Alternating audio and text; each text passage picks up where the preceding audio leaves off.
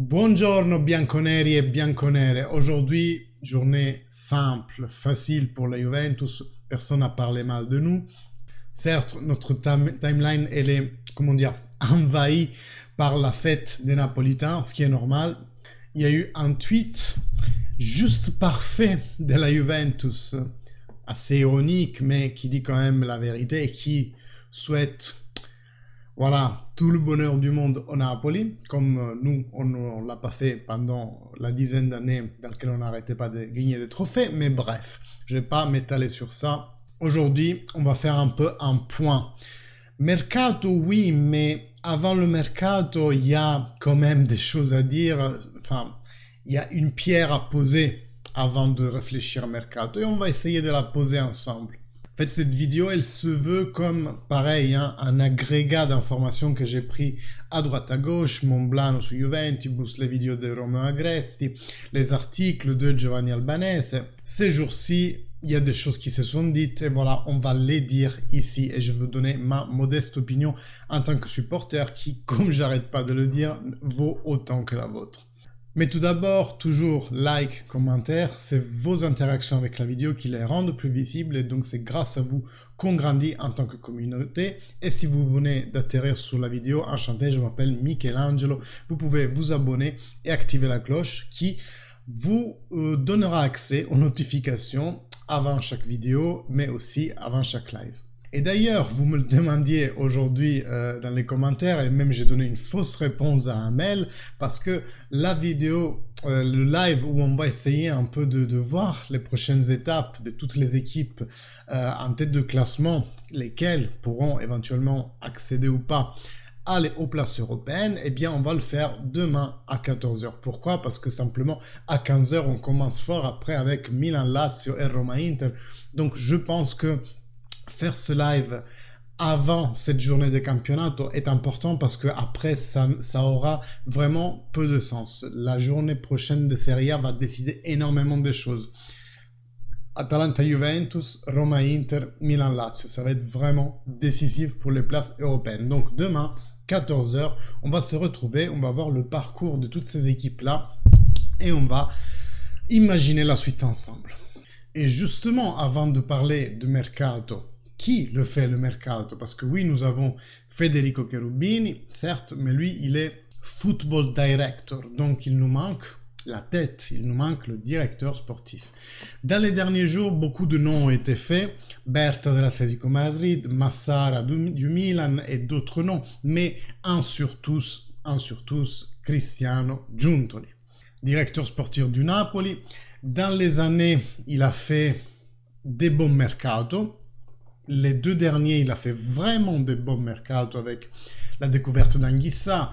Cette année, il a remplacé le partant Koulibaly avec Kim, qui quand même s'est bien comporté en Serie A. Et surtout, il a pu acquérir la pépite Kvaratskhelia. C'est pas qu'il y avait que lui qui l'a vu, mais c'est lui qui est arrivé en premier, en fait. Donc, personnage solide dans le monde du foot, quelqu'un qui peut aujourd'hui dire d'être le meilleur directeur sportif italien, c'est le meilleur, et qui pourrait même apporter à la Juventus son staff. Dans son staff, il y a un certain Micheli qui apparemment est le chef du scout, donc celui qui va vraiment chercher les talents. Et là, plusieurs choses commencent à se poser comme problème, entre guillemets, parce que nous avons des personnes en place, nous avons Tognozzi qui est chef scout, et qui a beaucoup travaillé sur le projet Next Gen, et donc à voir comment la nouvelle équipe pourrait éventuellement se composer. Tous les directeurs que j'ai cités, directeurs sportifs, sont déjà en contrat, mais Luca Monblano nous dit que potentiellement on a déjà l'ok de Giuntoli et de Micheli, et que De Laurentiis ne s'opposerait pas à casser le contrat avec Giuntoli, parce qu'il a encore un an de contrat, comme dit. Alors moi, l'inquiétude principale, c'est que jusqu'à maintenant, la procure de Napoli n'a rien fait de l'affaire Osimhen. Moi, j'ai peur que le jour où Giuntoli signe à la Juventus, la procure de Naples décide de se réactiver et que donc il y ait des problèmes pour Giuntoli.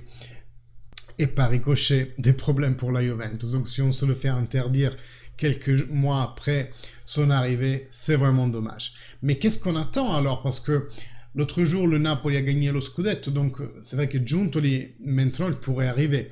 On attend les motivations de la cour du CONI. Pourquoi ils ont renvoyé vers le tribunal fédéral la décision des moins 15, pourquoi ils l'ont annulée et fait juger, ça, on n'en sait encore rien. Et c'est vrai que ça commence à faire, parce que on attendait des news une semaine, 10 jours après. Là, on y est. Là, ça devrait limite déjà être sorti.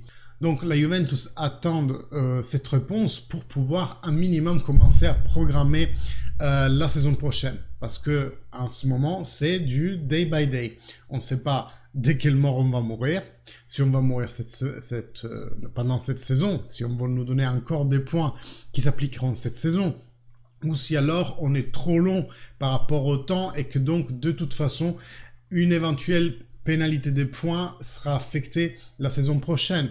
On ne sait pas encore si on est solide pour les premières 4 places, ce qui signifierait un accès à la Champions League. On ne sait pas si on a gagné l'Europa League, ce qui signifierait aussi un accès à la Champions League. Mais j'ai appris aujourd'hui par Frank Leonetti que la qualification à travers le campionato, oui, la Lega Serie A peut te l'enlever, mais elle est quand même assez importante parce que ça te donne droit à de l'oseille, chose que la victoire de l'Europa League ne te donne pas, te donne juste une place en fait. T'as pas forcément de gain. Si tu as gagné l'Europa League, ils considèrent que c'est déjà un gain en soi, et l'accès à l'Europa League, c'est juste, à la Champions League, c'est juste un bonus. Alors que si tu rentres en Champions League parce que tu t'es qualifié dans les 4 premières, là, tu as aussi une entrée d'argent. Donc moi, j'aimerais dire, il faut qu'on fasse les deux. Et donc, tout ça est en stand-by. Et Giovanni Albanese fait aussi une très bonne remarque, c'est-à-dire que le prochain directeur sportif de la Juventus, ça serait bien que ça soit un bon acheteur, mais il doit surtout être bon vendeur. Et oui, parce qu'on oublie souvent tout le monde qui est en prêt en ce moment. Il y a McKennie au Leeds. Le Leeds ne sait pas encore si oui ou non il se sauvera, s'il restera en Première Ligue ou s'il descendra en deuxième division. Et McKennie, il restera uniquement si le Leeds reste en Première Ligue. Logique.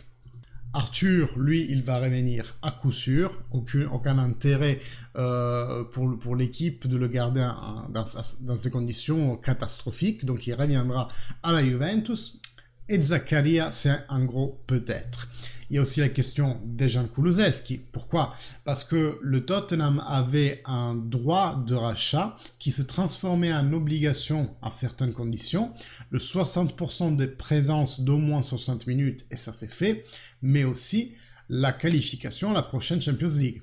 Et en ce moment, c'est presque inatteignable. Il faudrait un miracle, au moment où je vous parle, pour que le Tottenham arrive à se qualifier en Champions League.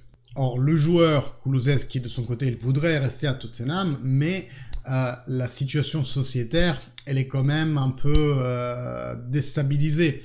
Pourquoi? Parce qu'il y a eu, bien entendu, le départ de Conte. La société, on dirait qu'il voyage sans tête en ce moment, vraiment, vraiment abandonnée à elle-même. Donc, même si Kulusevski reviendra à la Juventus, peut-être que ça serait même pas pour rester, mais au contraire pour être redonné à notre club. La Juventus a déjà gagné 10 millions grâce à lui. Pourquoi? La première année, c'était un prêt de 6 mois. La deuxième année, un prêt d'une année entière, donc 3 plus 7. Si le Tottenham décide de le racheter quand même, on aura en plus encore 35 millions derrière. À voir quel sera le destin de Dejan Kulusevski. Dans tous les cas, vous voyez qu'il y a quand même pas mal de monde qui va revenir à la Continenza cet été. Et donc, pour un projet sportif qui tient la route, il y a à la fois des sorties à faire en amont. Il y a Rovella et Cambiaso, je ne les ai pas cités. Rovella et Cambiaso qui vont revenir. Donc, ça commence à faire un beau petit monde à la Continenza cet été. À élaguer tout ça. Et après, on peut réfléchir à qu'est-ce qu'il nous faut pour la prochaine saison sportive. Certains disent en centrale, je peux même être d'accord. On parle d'ailleurs de dialogue entamé avec Pau Torres, qui serait vraiment pas mal. Mais vous le savez, ma pensée est plutôt sur les externes. Donc, Alexandro va renouveler son contrat. Ça c'est juste fou de se dire ça, mais oui, il y a un renouvellement qui est prévu pour Alessandro de son contrat, pas le renouvellement automatique, hein, un vrai renouvellement. Et là, je pense qu'on va parler aussi d'étalage, enfin, on va étaler son salaire sur plusieurs années. Et de l'autre côté, côté droit, on sait déjà que Juan Cuadrado ne sera pas à la Juventus l'année prochaine. La Juventus, lui et son agent, je me souviens plus qui c'est, se sont parlé, se sont serré la pince et chacun va partir dans une autre direction. Donc les externes, là, il nous faut quelqu'un. Il y a quoi? Il y a Cambiaso qui revient, il y a Barbieri qui pousse et qui pousse même assez bien. Il y a Danilo, Kostic qui peuvent être, disons, adaptés. Il y a Deschillo, mais lui, il vient de se blesser pendant un long moment et lui, on le reverra, je pense, même pas dans cette année solaire, en fait, parce que là, on est déjà en mai. Si on compte 6 mois pour se reprendre et 1 mois pour se réathlétiser, probablement, on le verra en 2024, Deschillo. Donc, il faut des externes, ça, c'est sûr. Quant au milieu de terrain, il y a encore à savoir si Adrien Rabiot va rester ou pas. Je pense que tous les points de blocage que je vous ai cités avant, le jugement, le nouveau directeur sportif, etc., vont aussi faire que on pourra débloquer les discussions avec Adrien Rabiot. Et dans le cas où il ne resterait pas, on parle, et je dis bien on parle de Sergej Milinkovic-Savic, qui a encore 1 an de contrat plein avec la Lazio et dont la valeur serait environ de 40 millions. Mais il faut aussi pouvoir les débourser. En vrai, si on nous rachète Kulusevski de l'autre côté, l'argent serait immédiatement redirigé vers Sergej Milinkovic-Savic. En attaque, j'ai envie de dire, il faut voir si Di Maria veut renouveler. Pour une année ultérieure, bien entendu. Il faut voir aussi si on décide de racheter Milik, qu'on a pris vraiment un prêt pour 4 cacahuètes, on peut dire, et on pourrait le racheter totalement. Et il faut voir si Dusan Vlahovic restera, parce que c'est encore un point d'interro à ce jour. Il s'est débloqué, certes, mais est-ce qu'il est bien à Turin? Est-ce que ça lui plaît de jouer à la Juventus et tout? Ni moi, ni personne, je pense, sur la planète, sauf ceux qui travaillent à la Comitina, ça peuvent le savoir. Moi, je sais juste une chose, que le Manchester United va chercher une pointe, le Chelsea aussi, malgré les pointes, ça manque pas à Chelsea, le Bayern va aussi rechercher une pointe, et potentiellement le Real Madrid va chercher une pointe. Avec tout ce beau monde sur le marché, des grandes équipes comme ça, et vu qu'il vient d'une année difficile, ils vont essayer. Ça va être vraiment compliqué de le garder. En plus, aujourd'hui, je dis pas qu'il s'est déprécié par rapport à il y a 1 an et demi quand on l'a racheté à un bel chiffre de 90 millions, comme il se devrait plutôt nous remercier plutôt que nous cracher à la gueule. Donc, quand même compliqué de se dire qu'il restera facilement. Voilà, disons ça comme ça.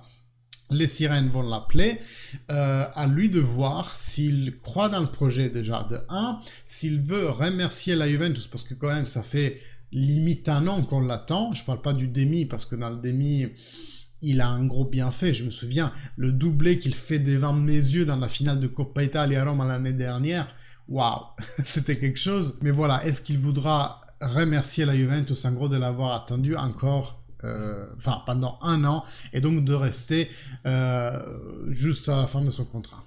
Voilà, on a fait vraiment un rapide excursus sur la partie mercato, car comme je vous disais, il y a des conditions au préalable à remplir, et tant que celles-ci elles sont pas claires, je trouve que ça serait quand même difficile de pouvoir faire une vraie discussion de mercato. Néanmoins, ça va servir de base. Moi, je vous donne rendez-vous donc demain à 14h pour le live, pour voir ensemble la situation de toutes les équipes qui cherchent à rentrer en Europe. Merci beaucoup de votre like et votre commentaire, parce que ça aide la chaîne à se développer. Si vous n'êtes pas abonné, je vous invite à le faire de ce pas. En attendant, bonne soirée, merci et fino alla fine, forza Juve. Ciao!